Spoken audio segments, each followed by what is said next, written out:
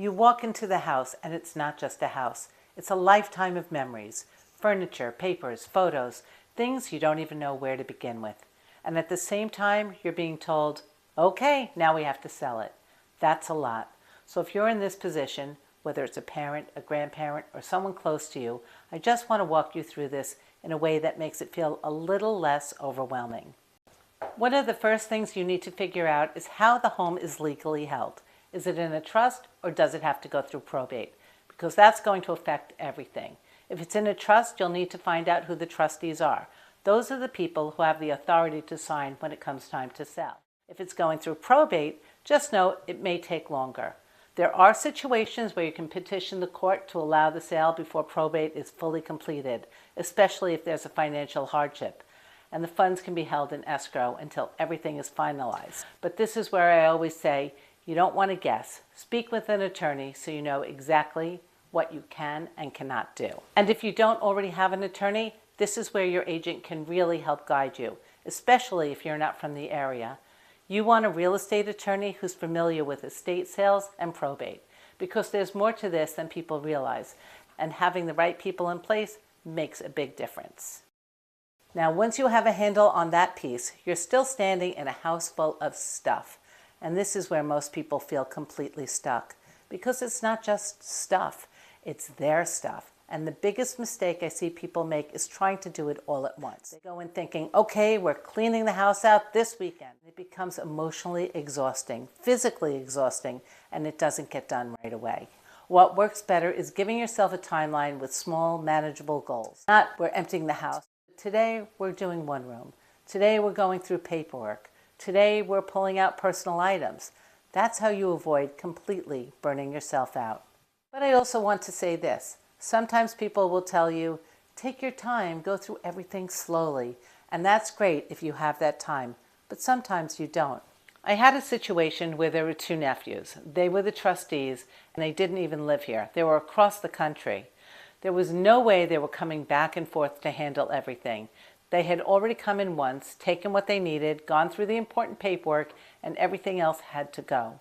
And they were completely overwhelmed. So we had to get creative. We ended up doing an open house, and at the same time, we ran it like a garage sale. And I helped coordinate everything. We donated items, gave things away, put things on Facebook Marketplace, and what felt impossible to them actually got done.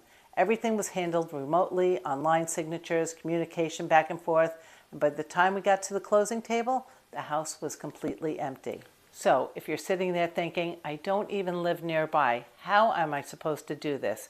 Just know there are ways to make it work, and you don't have to figure it out all on your own. There are also resources that people don't even realize exist. You can hire an estate sale company, do a garage sale, bring in a clean-out company, or schedule donation pickups. Part of my job isn't just putting the house on the market. It's helping you navigate everything leading up to that. Now, one thing that always gets overlooked is paperwork. There is so much of it. Old tax returns, bills, documents, things you don't want to just throw out. This is where I always recommend looking for local shredding events. A lot of towns and organizations here on Long Island offer them, and it's a safe way to get rid of sensitive documents. And another thing people don't always think about, you want to make sure the utilities stay on. Electric, heat, especially in the winter, and even the air in the summer. I know it feels like an added expense when nobody's living there, but the last thing you want to do is to go to an inspection or showing and there's no heat, no electric, nothing working. It can delay things and it can turn buyers off very quickly. Trust me, that's not something you want to find out the day of an inspection. You'll also want to make sure the mail is being forwarded so nothing important gets missed, and that the home stays properly insured while it's vacant, because that can affect your coverage. And while you're going through everything, give yourself permission not to make every decision perfectly. You're not going to.